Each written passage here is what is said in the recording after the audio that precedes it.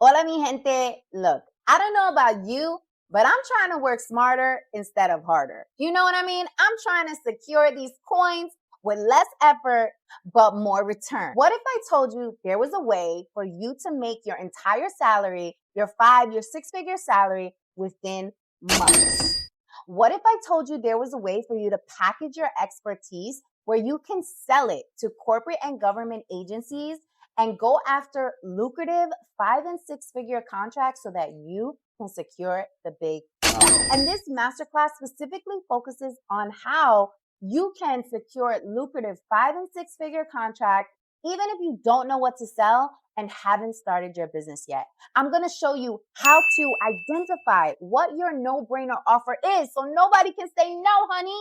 I'm going to help you think about how to pitch yourself, how to package your expertise.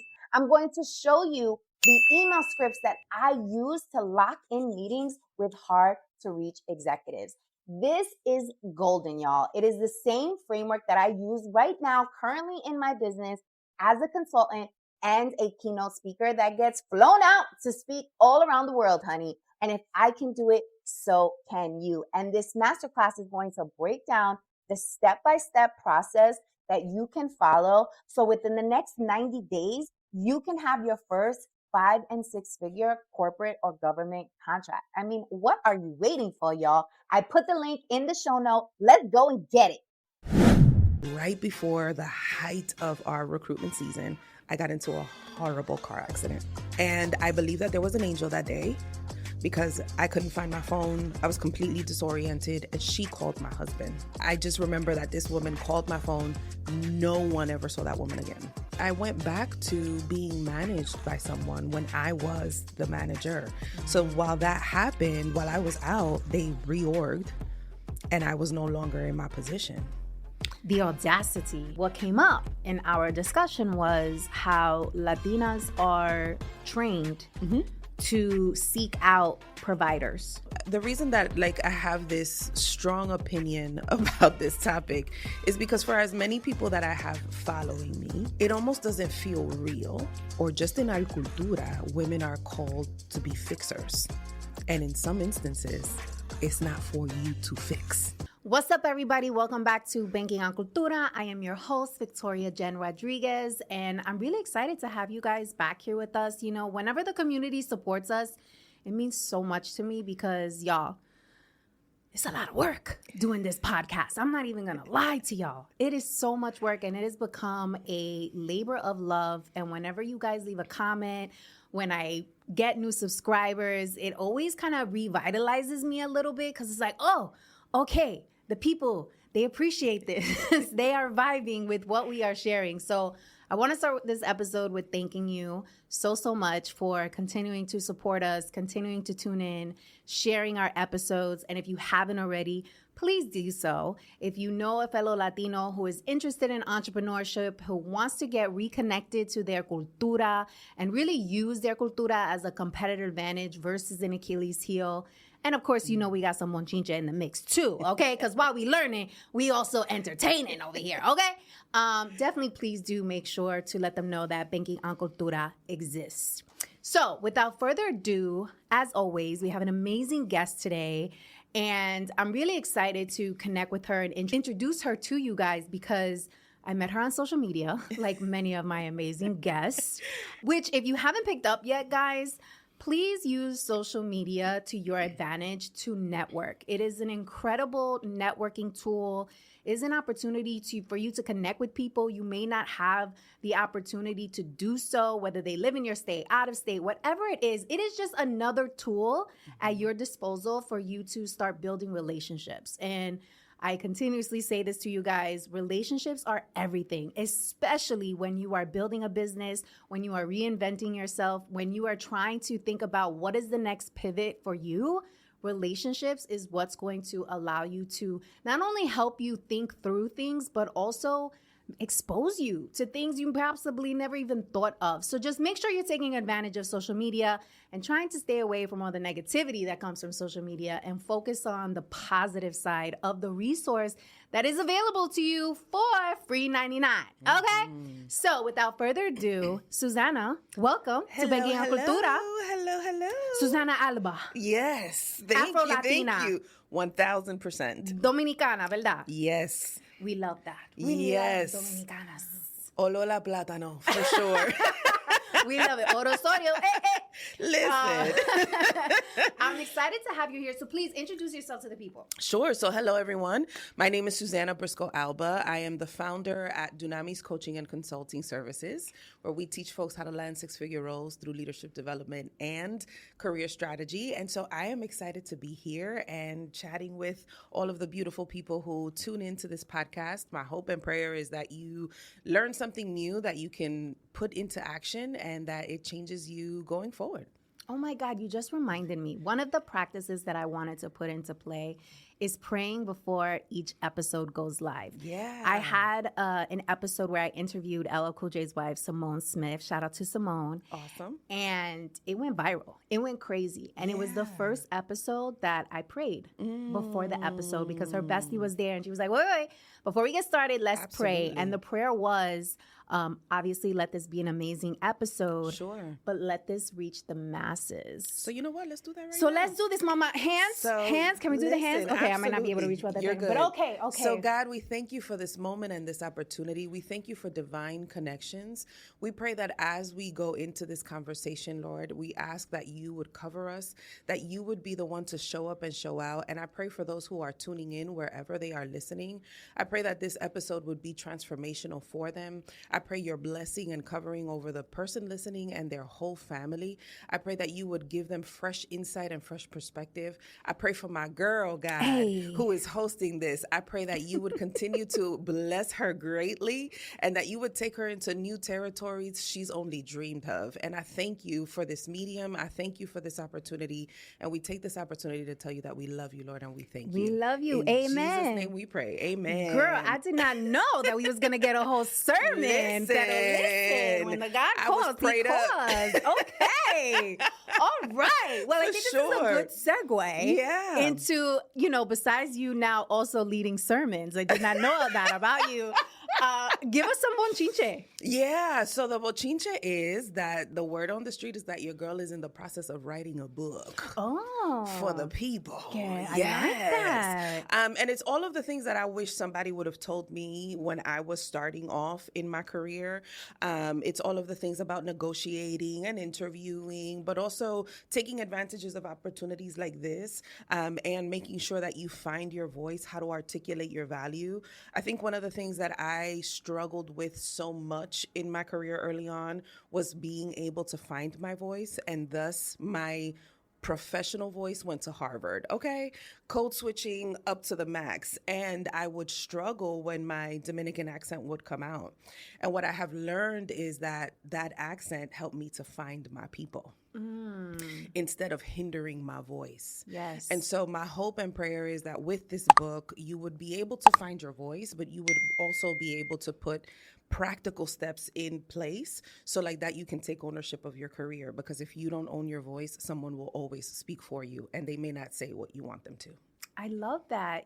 People have been trying to get me to write a book for years. And I'm like, girl, why don't you just write this damn book? But you know what? I'm caught in between two kinds of books. Okay.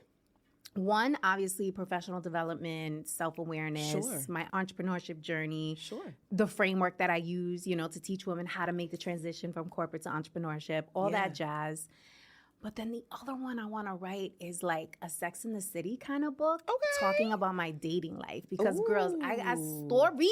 I'm sure. Stories for days. And I'm like, the world needs to hear these stories. I don't Because there's so doubt many it. lessons learned from the stories. So I'm kind of like stuck in between those two of which one I want to do first. Yeah. More than likely, I'm going to lean towards the professional one only because, we're thinking shmoney. And also it's just, I know, a tool that you can use and leverage to get clients and build credibility and authority and all that jazz. Yeah. So I'll probably go forward with that one first, but that's kind of been my back and forth. Yeah. It's like one foot in, one foot out. Okay, which way do I want to go? Do I want to go this way? I think that's beautiful, though. I think you can meld the two and kind of give teasers of what's to come. Oh, you know what could be interesting? Tell me. Is if I do a book like you suggested where I'm giving the professional plays, but I'm talking about my dating life through those years. Because can we be so for real? Ooh, that could be impacts the way that you juicy. show up at work.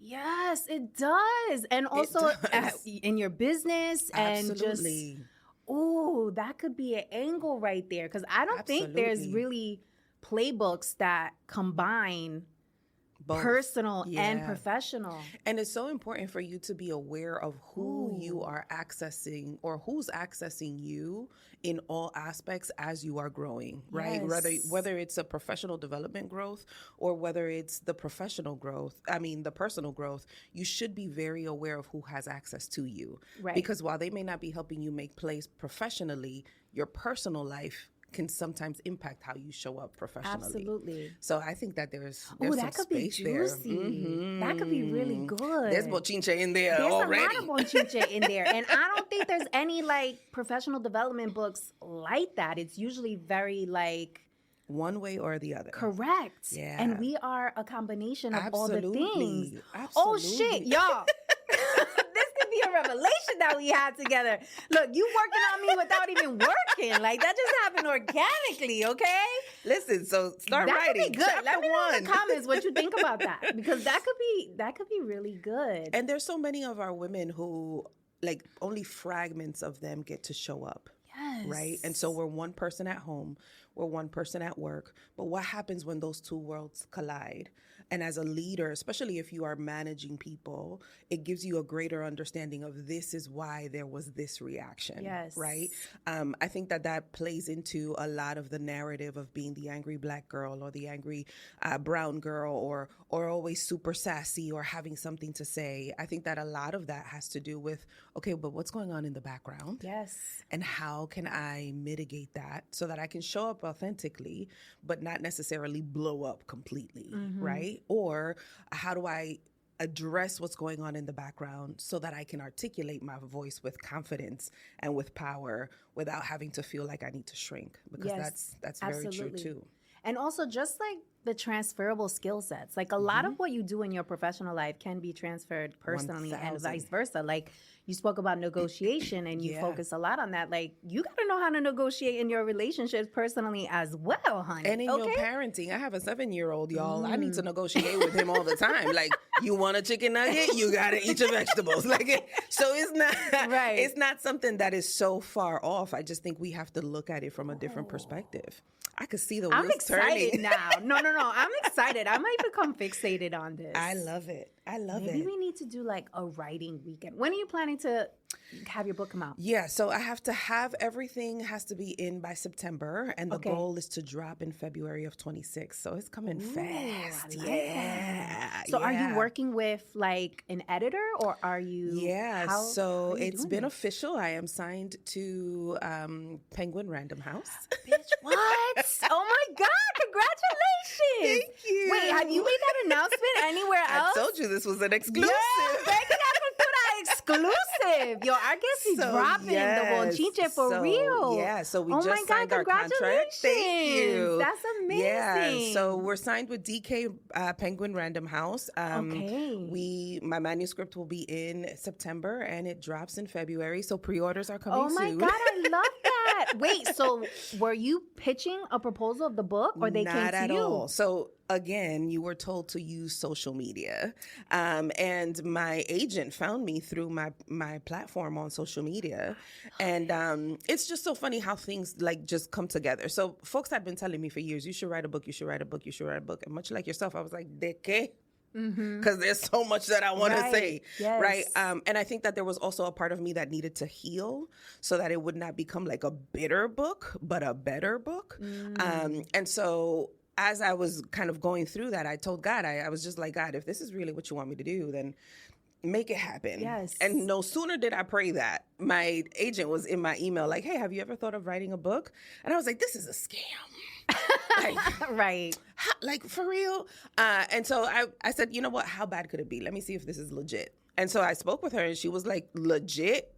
a editor, like a book agent. And I was like, okay, so let's see where we go. And so she started to pitch and to share and all these other things. And that's how DK picked me up. And DK Random House was like, hey, listen, we think that there's potential here. We'd love to be able to work with you. One thing led to another, and here we are. I love that. So yeah, it's exciting. It almost we need feels more Latina surreal. authors. Yes. Yeah. Oh my goodness. Yeah. So exciting. So exciting. And just the way that, again, I wish that these were things that I would have been told as I was growing in my career. So it's just wild. It's funny because we talk about social media and it's a free tool. And when I started, like, I wasn't trying to have a bunch of followers. I really was just trying to get my name out there. And in making the transition from working a very much 9 to 5 to now letting people know that this agency was alive, I was like, okay, I use Instagram, I scroll it, and I needed to learn how to go from consumer to creator. And so I just started going live and just kind of sharing, and that's how my platform grew. So when did you start popping? Because you have close to 1 million followers. Yeah. So when did you start? So I started, I'm going to say about 2 years ago.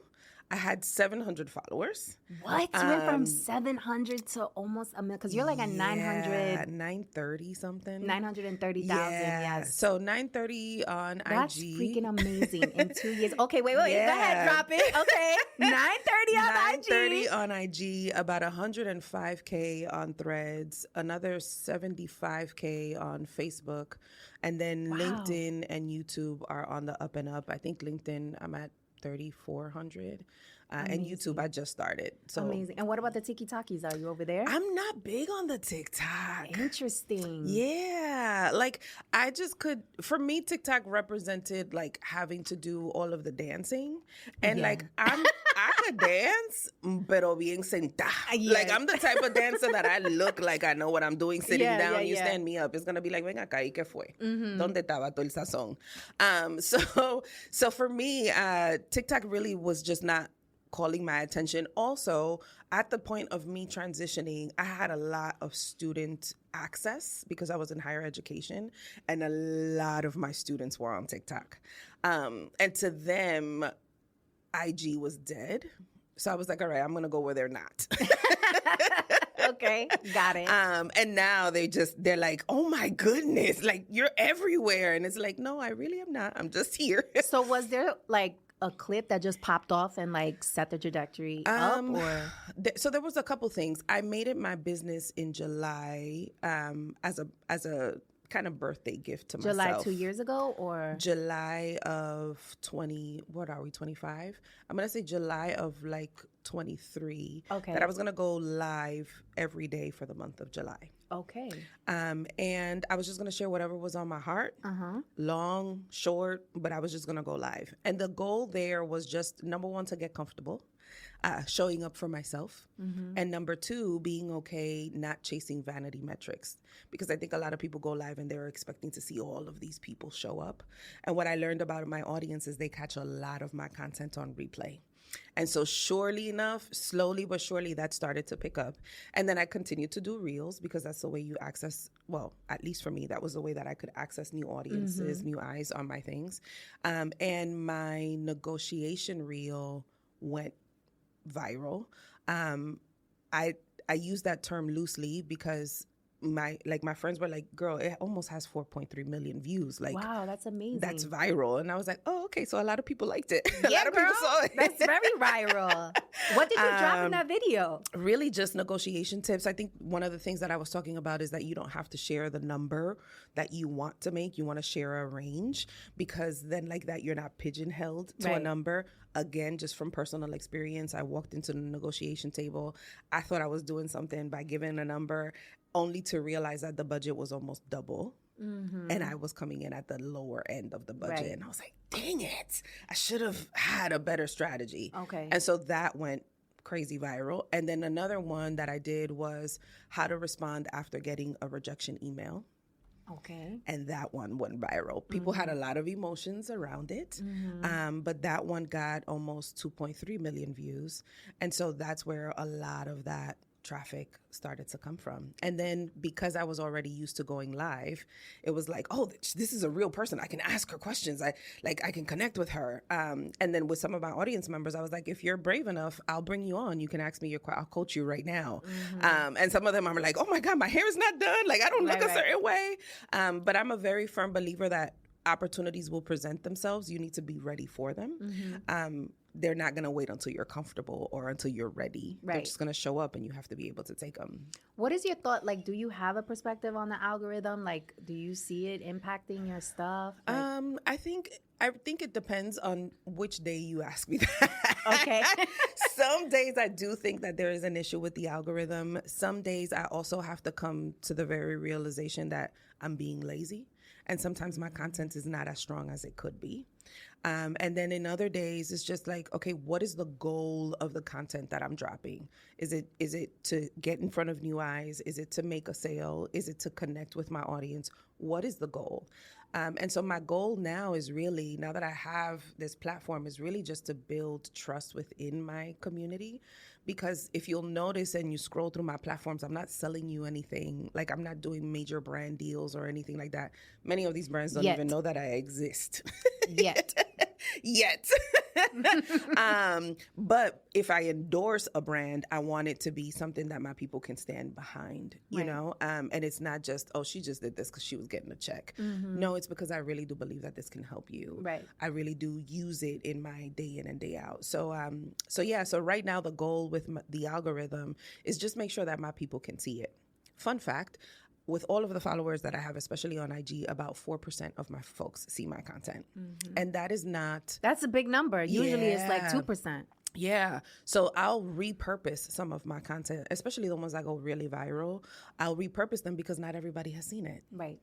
You know, and every time that I do one, my audience tells me I learned something new. I'm like, it's the same 90 seconds. Like, what else did you pull out? But I just think that that's the way that it works. You have to be committed to what the outcome will be for your audience more than just the views or the likes or those kinds of things. You have to know why you started this, right? And so for me, it was, if I can avoid younger Susana, the tears and the frustration and the moments of stuckness, if I can avoid that for someone else, then I will.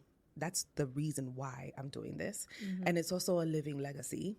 I have a little guy at home, and I want him to be like, wow, that's my mom. That's my mama bear. And also, mommy, what do I do? Because I don't have my mom. And I miss her tremendously. But the lessons that mommy taught me have lived on, even though she's gone now. So I want to be able to leave that for my son. So it's much bigger than just a couple viral videos. That's why when they do go viral, I have a friend of mine who's constantly checking my numbers, because I'm like, girl, I think I'm at 800. She's like, no, you're at a whole different place now, ma'am. And even my family is just like, mija, pero tanta gente. And I'm like, I know. Crazy. We have an impact out here. I love sure. that. When did your mom pass? Mommy passed in 2009. Okay.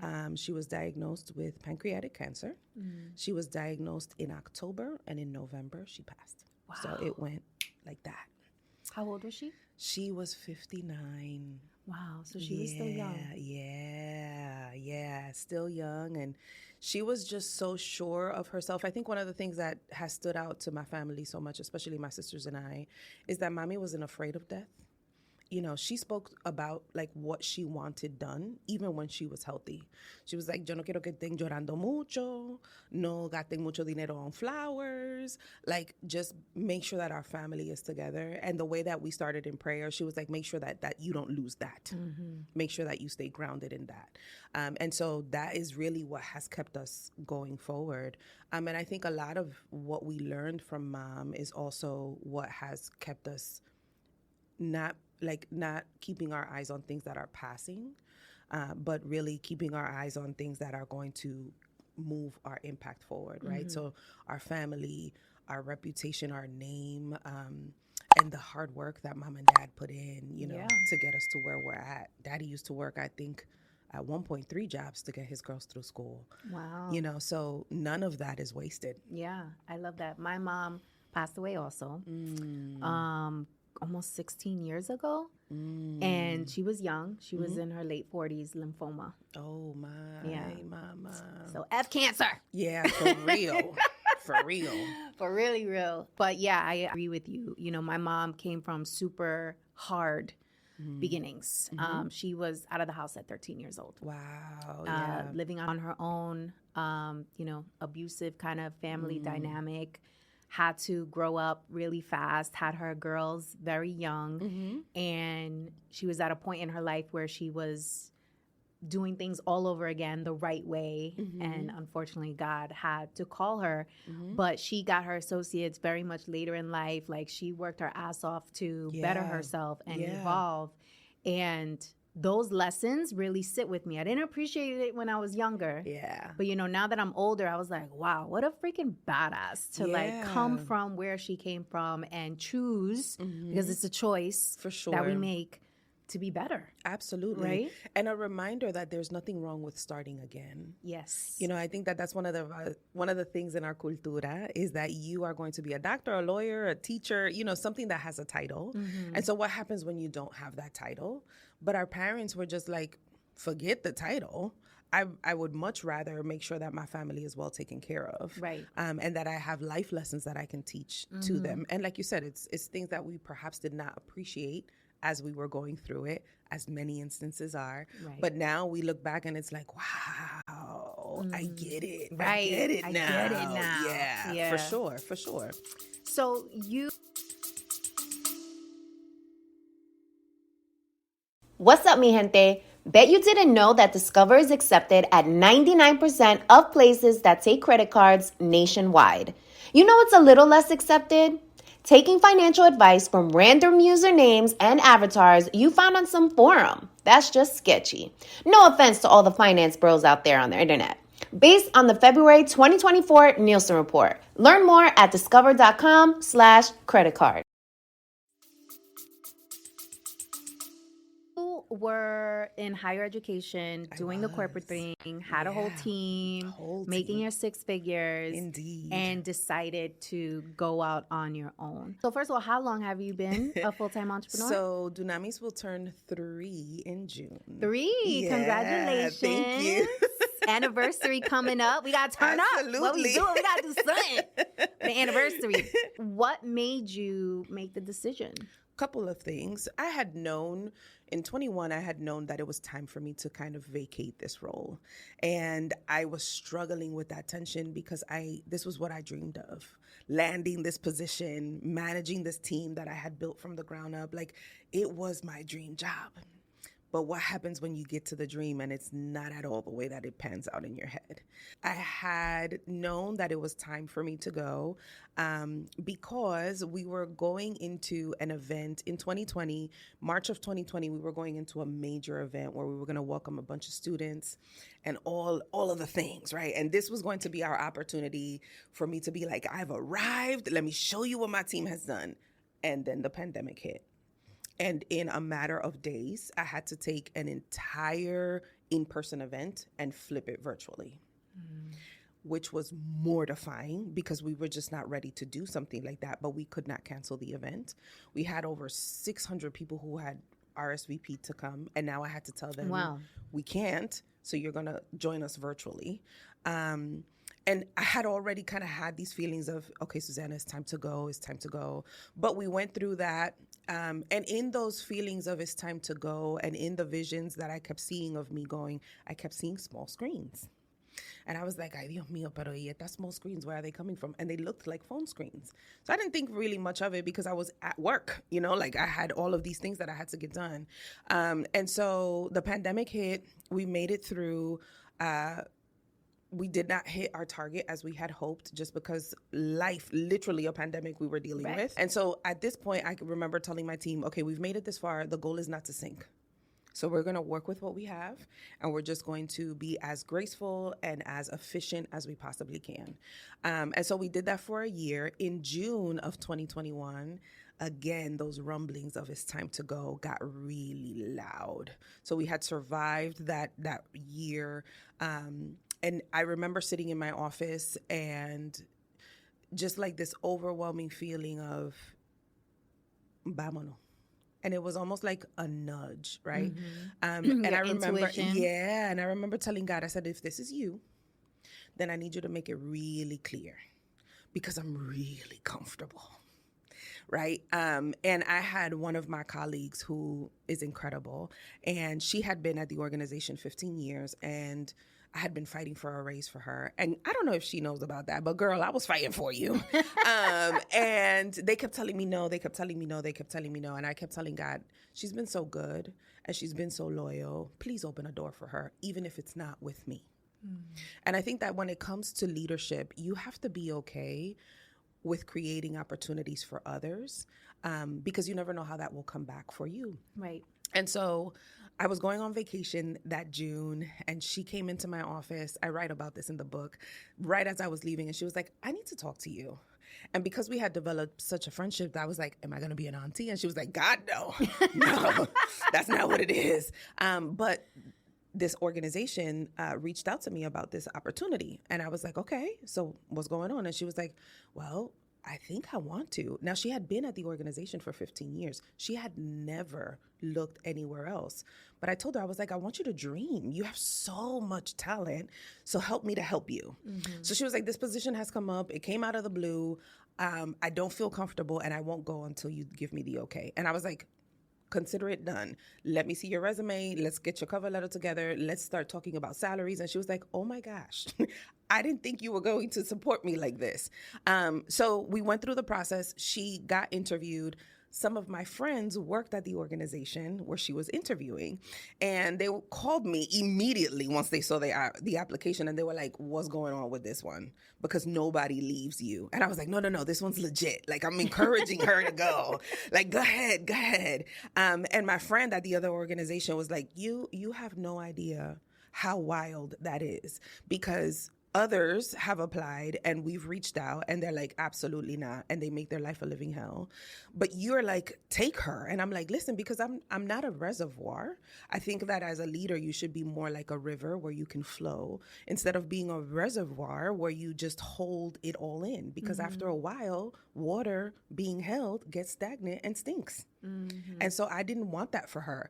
So she went through the interview. She got hired, $15K more than what she was making with me. Nice. And I was trying to get like 5. So another 10, like that was world changing. It was incredible because then she was able to be home for her children and not have to pay for daycare. If you are a mama, you know the daycare struggle. Okay, it's like another mortgage.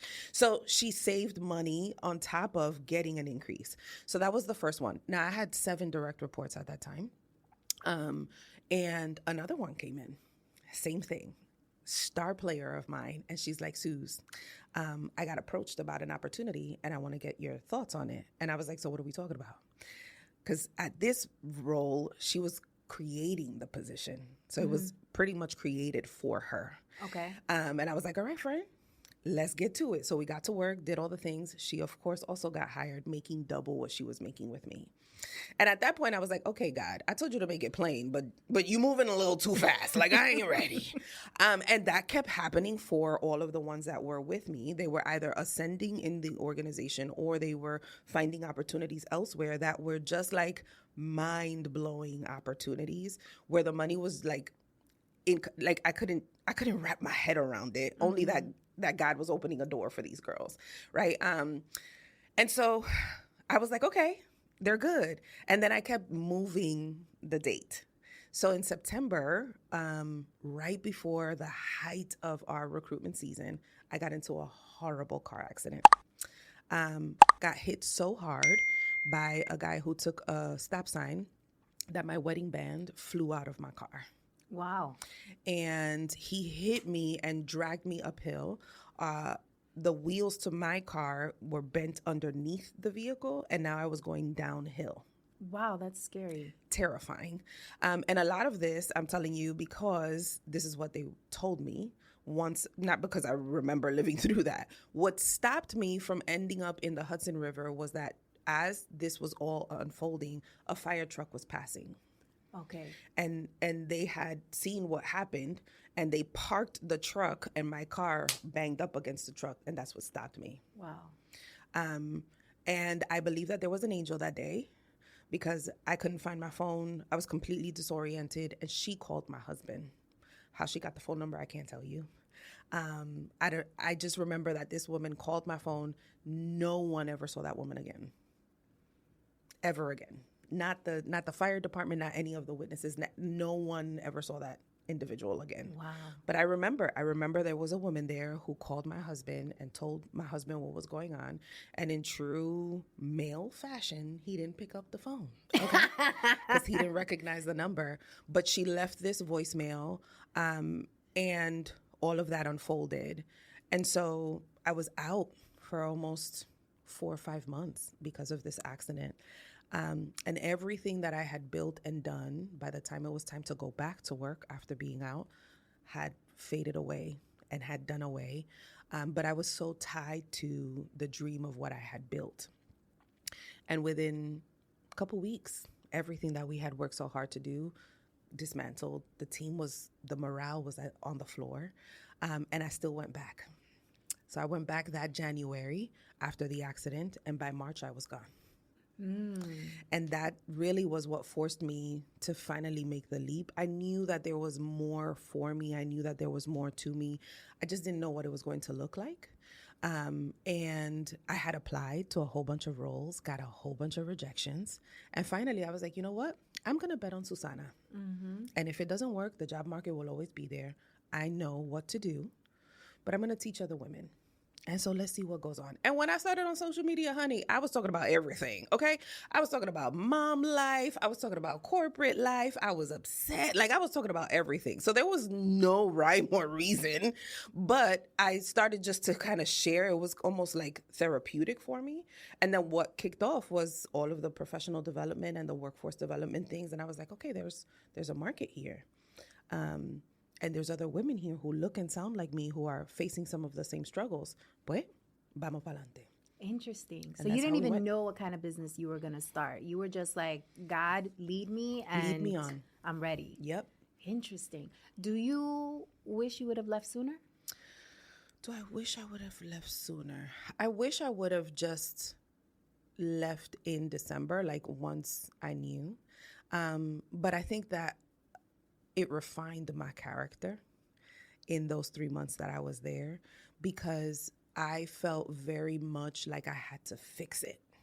And I think that as Latinas, or just in our cultura, women are called to be fixers. And in some instances, it's not for you to fix. Just leave it be. And I think I needed to live through that in order for me to like now look at things and be like, okay, this is not for me to fix. Where do we pivot? And how can I pivot in purpose? So like that, I'm not chasing a paycheck, but I'm chasing my purpose. And so I wish I would have just listened in December, but I think that To there yourself. I think that there was purpose behind that January through March experience because it was wild. Yeah. Yeah. Yeah. You probably learned to trust yourself more. Absolutely. And I went back to being managed by someone when I was the manager. So while that happened, while I was out, they reorged and I was no longer in my position. The audacity. Okay. And then they sent it to the college community like, oh, we've made exciting changes. We've demoted Susana. News to me, because how is that exciting? And like it also sent, I worked at a primarily white institution.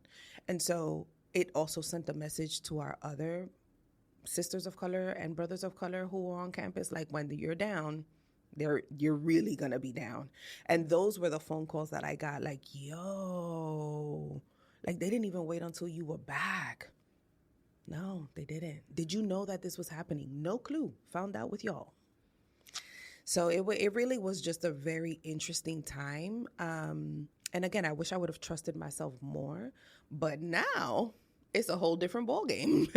Because now it's just like, como que esto no va bien. Vamos a dejarlo ahí and part ways while you still have your dignity and while I still have my grace. Right. We're just going to go Yeah. in separate. Totally. Yeah. I think a lot of us are preconditioned to believe what success looks like. Yeah. Right? So success looks like going to school, getting the degree, going to make your 6 figures, getting your titles, you know, buying the house, helping your family, you know, being, you know, following the good path, you know.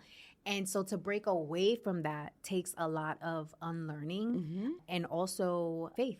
Right, in yourself, because you're essentially going against the grain of how you were raised, of how the people that you love, how they think, and how they are going to respond to something like that. And I think that is why so many women remain. Right. They're comfortable. That's big and key. For sure. And no shade. If you're comfortable and you Gucci, like, don't feel like... Rock with it, right, sis. Rock with it. Do you. Enjoy, okay? Because when I was in corporate, I was appreciating staying at those 4 or 5 star hotels, traveling on their dime, you know, going to sports events, doing all the bourgeoisie. I miss it sometimes. I'm not going to lie. So if you love it, I love that for you. But... if there's a voice inside of you that continues to poke you, be like, hey, don't forget, pay attention. Remember, you want more. Your dream is different, right? Your pivot is different. Think about your purpose. Don't ignore that just because everyone around you is on the same journey that you believe was success, right? And I think that's why people stay, because they go against the grain. And that takes a lot of courage and a lot of bravery, and requires you to take a risk. And courage, right? So if that is where you're at right now, let me encourage you with 2 things. Number 1, other people's opinions of you are none of your business. And number 2, everything that was supposed to take you out prior to where you are right now has not. So you might be a palm tree where you bend and sway, but you don't break. So be encouraged in that. If it was hard before, you figured it out, right? And so that was, for me, what I had to be able to remind myself. It was hard going for a master's degree, but I figured it out. It was hard getting my foot in the door, right? That's very common terminology, but I figured it out. It was hard walking away from a cush 6-figure role while I was dying inside. It was hard. But here we are. With a book deal, about 1 million followers, you know, trusted in the community. So it's just being able to trust yourself. And I think if you don't trust that voice, then later on you will struggle, because you will not know what your own voice sounds like. And you'll have a hard time trusting that you can figure things out. Because we're always looking for permission, or we're always looking for somebody to be like, it's okay, you can do it. You know, so let this podcast be that for you today. It's okay, you can do it.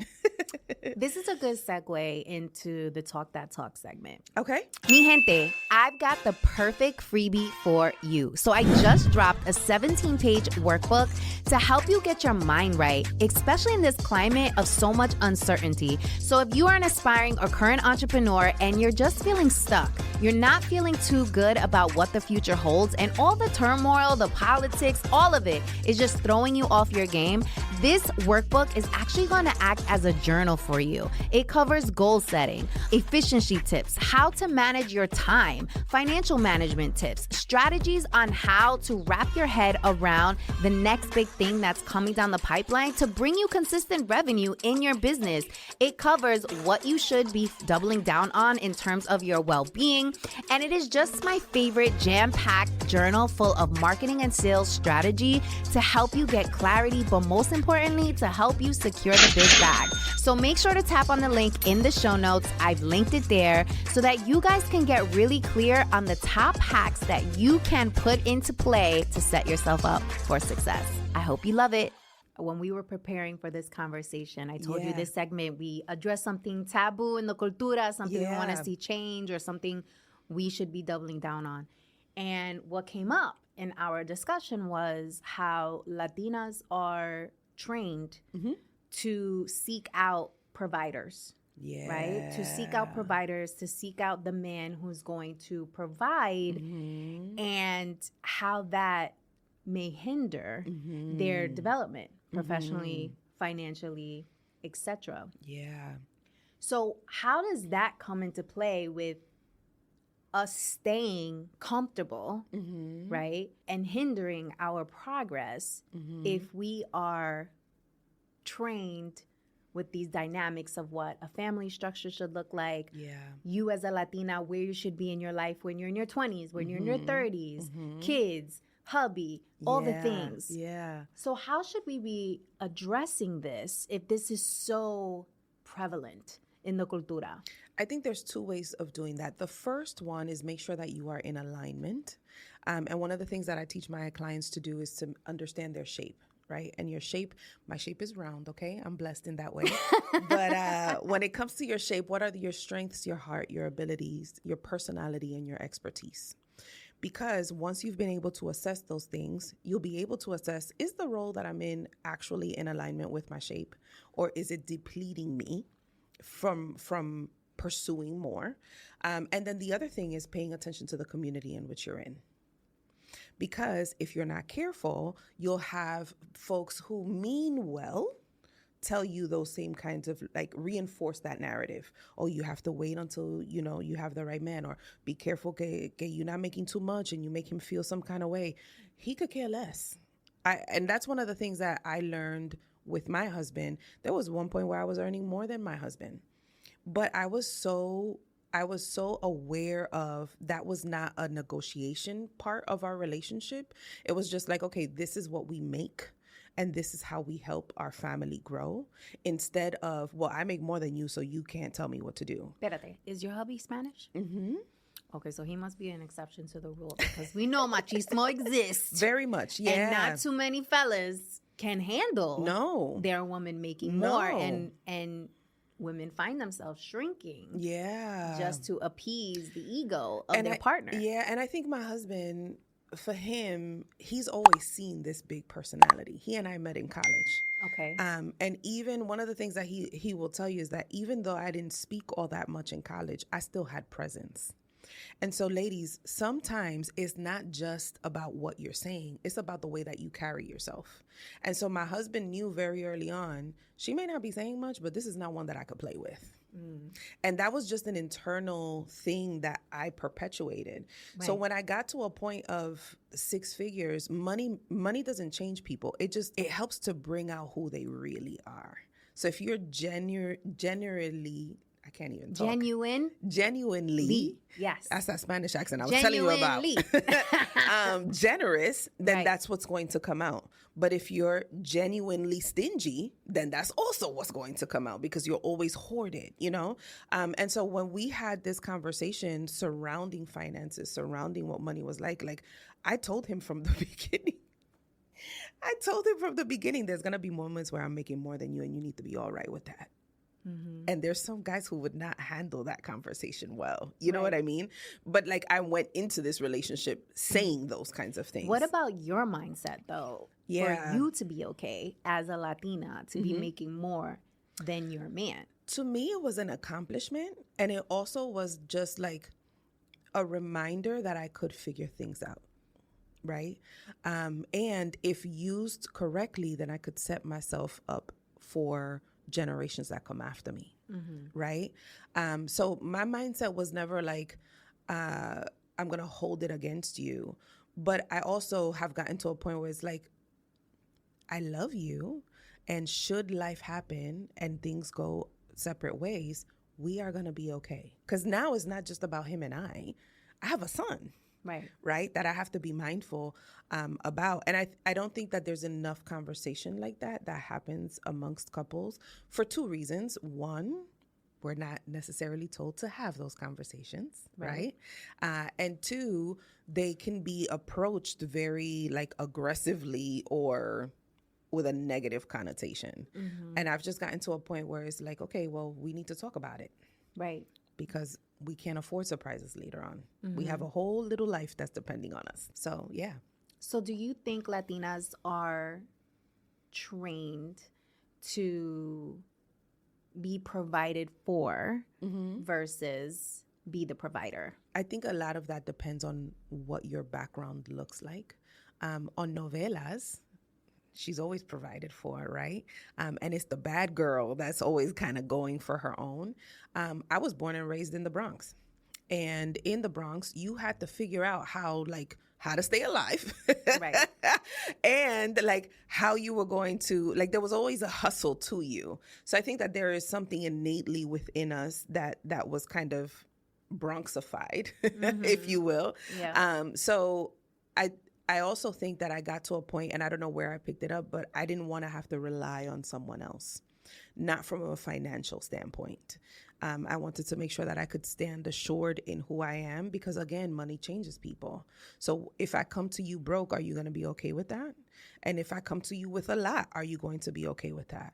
And so I need to make sure that I have enough of confidence that I can figure things out, and enough that if it doesn't pan out the first way, it didn't take me out the first time. So I will be able to stand on my feet, much like this book deal. Like, this was not anything that, it wasn't on my vision board. It was just something that kind of flew into my head, and people had been telling me about that. But now with that, I'm just like, okay, we need to make sure that we have certain things in place. We have certain parameters in place because this is going to blow up. I'm calling it out now, right? Manifesting. This is going to blow up, and I want to make sure that we're comfortable and that we're good. And you need to be okay with that. And I think I've gotten to a point too where it's not my responsibility to manage your emotions. Yeah. And I think that was a lot of unlearning. Definitely, because you had brought up this human giver syndrome. So I truly believe women innately have this syndrome. Yeah. But in certain cultures, I find that it is ingrained just a little bit more. Right? Like for Latinas, as an example. Like, we are raised to be caterers, to be givers, to be the nurturers, to take care of everything. You know what I mean? How does that come into play when we're talking about professional accolades? Yeah. When you're a human giver, when you're suffering from the human giver syndrome, it can lead to burnout. Because when it comes to the professional accolades, you achieve them and then you move the goalpost on yourself. So now you're chasing another accolade. Gift and curse of the ambitious is what I call it. Never satisfied. Exactly. And so you miss the gift of the present. Right. Much like the reckoning that I had when I realized, okay, this is the role that I wanted. This is everything that I worked for. And now what? Right? You get to a point where you're like unfulfilled. So when you're a human giver and you're falling into that syndrome, you'll always feel this incredible amount of pressure to perform, to do, to get okay, to get permission. You have to come to a point where it's like, I am enough. Me. The way that God created me, with my gifts, with my quirks, with my messed up aspects sometimes, but I am enough. And slowly but surely, I don't need to cater to everyone. This is why I said not everybody's opinions of you are your business. Right? It's none of your business, because if you pay attention to that, then you'll never be enough. You know? Okay, la tía tuya está enojada que tú no fuiste para Thanksgiving. Okay. I don't know what to tell you. I'm sorry that she's upset. I'm still not going to go to Thanksgiving because I want to do my own thing, or I want to create my own traditions. And that's really hard. That is very hard to walk away from. But when you do, you realize, you know what, I'm still standing. And I saw that very much with my older sister and my brother-in-law. They got to a point where they were like, we're not doing the whole big family Thanksgiving thing or Christmas thing. We want to make sure that we're present for our boys. And so they created their own traditions. And how awesome is that? Their boys now are in their 20s and they look forward to Christmas with their family. But it was just like, to rip that Band-Aid was a huge move for them. But they're still standing. How do we create our own traditions and establish boundaries and still keep the essence and the magic of the cultura alive? Yeah, that's a good one. Especially in this era. This era, I feel like everybody's like, F you, I'm gonna do me. Everybody has Go an find opinion. yourself, I'm finding me. Yeah. You know what I mean? Everybody's, I feel like, in this mode of like, it's me. And that's it. That's all that matters. Yeah, and if we're not careful, we'll end up in isolation. And in isolation is where depression, we've created an environment for depression isolation to wreak is havoc. like thriving right now. The reason that like I have this strong opinion about this topic is because for as many people that I have following me, right, it almost doesn't feel real because they're not like tangible. You know what I mean? And so I want to be very mindful that when I am creating boundaries, that they are true to who I am, right? And that I am ready to honor those boundaries because they're gonna get tested. So if you go into it with the mindset that at some point somebody's gonna test this, and I am going to be true to me, right? Once you have adopted that mindset that, okay, this is a firm no, and you're not going to push it. Okay, Right. préstame $50. I'm sorry, but we don't do that. Yo te puedo regalar $50, pero yo no te voy a prestar $50. Because if I do it now, then I got to do it again, right? And then the next time it's a bigger amount, right? And the reason that I come to money is because that's very much big in our cultura. Yes. I'll never forget going to the Dominican Republic with my family and seeing my dresses walk right by me. Oh, wow. Okay. Or my shoes walk right by me because my mom wanted to support our community back in the Dominican Republic. And I was just like, well, hold on a second. We don't need to do that. Because they have family of theirs that are here. And mommy was genuinely a generous person. And truth be told, some of those shoes I was probably growing out of and some of those dresses I didn't need. But in the same token, it was just like, okay, we don't always have to do that. And I think that in our cultura, it's always like, you have to be able to, don't forget this person and make sure that you're taking care of this person. It's almost like when you go to these events and you don't remember certain family members, they're like, oh, pero yo te cambiaba el pamper cuando tú tenías 8 meses. Ma'am, I don't know who you are. So I don't owe any loyalty to you, you know? So when you are in that place of setting a firm boundary, go in with the understanding that this will get tested. And at some point, you have to stand 10 toes down on that. I agree with that, but I also find that that's the magical part of our cultura, is the woman who did change your pamper when you were 8 months old. And, now you get to, I don't know, do her a favor or something. Yeah. So I think that's where it's like, how do we create our own individuality and also modernize what our cultura looks like today without losing the essence and the magic of what makes our family dynamic, what makes our music, what makes our traditions so special. Yeah. I think for me, the way that plays out is in the magic of it is when you are in the right community. So I was born and raised in a church, right? And I can go back into that church and my church mothers are still there. And those were the women who were changing my diapers at 8, and those were the women, well, not 8 years old, y'all. Right, 8 months. But those were the women who taught me how to pray. Those were the women who taught me how to cook.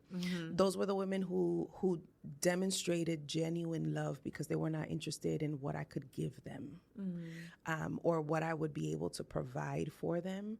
They just loved me for me. Right. And so now my ability to continue to keep our cultura and the magic of our cultura is to love that way. And that's the reason why I teach the way that I do, because they taught me in full practicality what that looked like. And so one of the things that people hear, or I hear people tell me when they encounter me, is like, it's so practical, like it's so easy, but that's the magic of that cultura that I grew up learning and loving, that these women taught me in practicality how to love without having to deplete. And I think that that's where we need to be able to draw the line. How to love without having to deplete.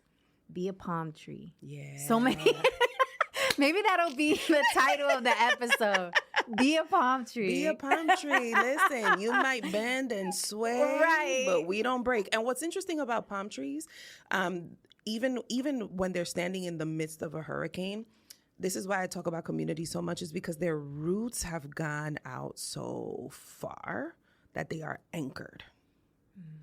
And that is the magic of our cultura. Yes. That we are anchored in knowing who we are, in our identity, in our music, in our food, in the values that we hold. We're anchored in that. So when life does get difficult, we are anchored. I shared with another friend of mine, the reason why community, again, is so important is when you think of an oak tree. Oak trees are magnificent and they grow to be beautiful. But you're not going to plant an oak tree in a planter in something like this and expect a magnificent oak tree because you've limited its environment.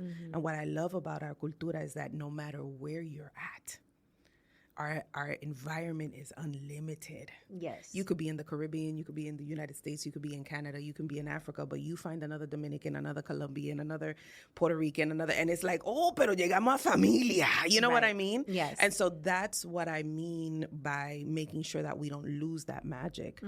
But in the same token, making sure that we're loving without depleting. Yes. Loving without depleting. I love that. So tell the people where they can find you, how they can stay connected. Yeah. So you can find me on IG. It's IM_Susana Alba. You can find me on LinkedIn, Susana Briscoe Alba. It's Susana Alba across all the things. Just Google Susana Alba. Yes, and you will come and you will find me. We're excited to just kind of go into this season. I'm excited to see how the book goes and where we go. Us too. You got to come back once it drops. Yes, I would love to. And maybe there's a book tour, so I may be able to meet y'all. Be a book tour. Listen, that Random House better be giving you a fat check to do a book tour. So I'm looking forward to that, but thank you so much for having me.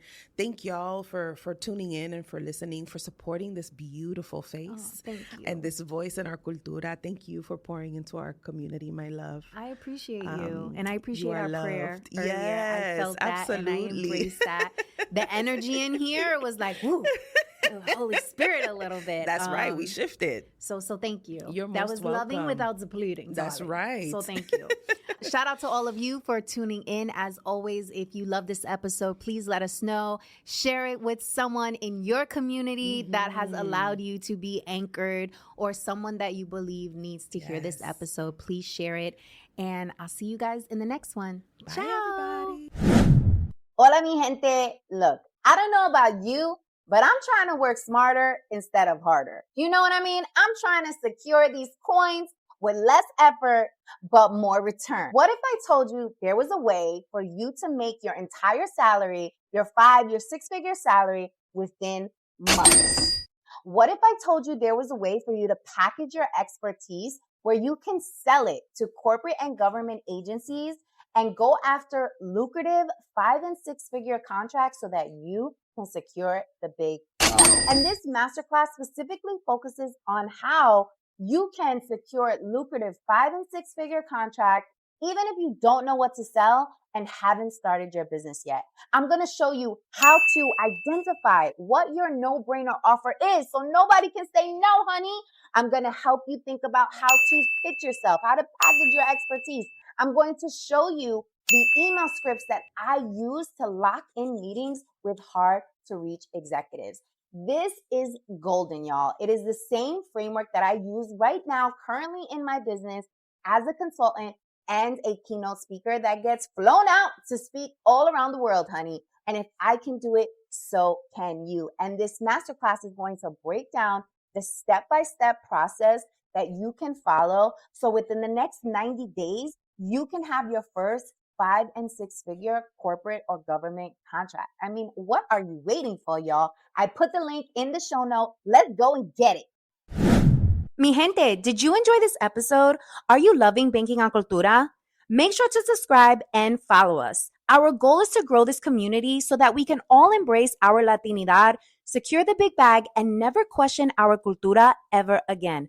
Please also take a moment to leave us a review. I love reading your reviews. Let me know what you are thinking, what guests we should have on, and if there are any topics you would like me to cover. I appreciate you so much for being here. Te amo mucho, and I'll check you out in the next episode.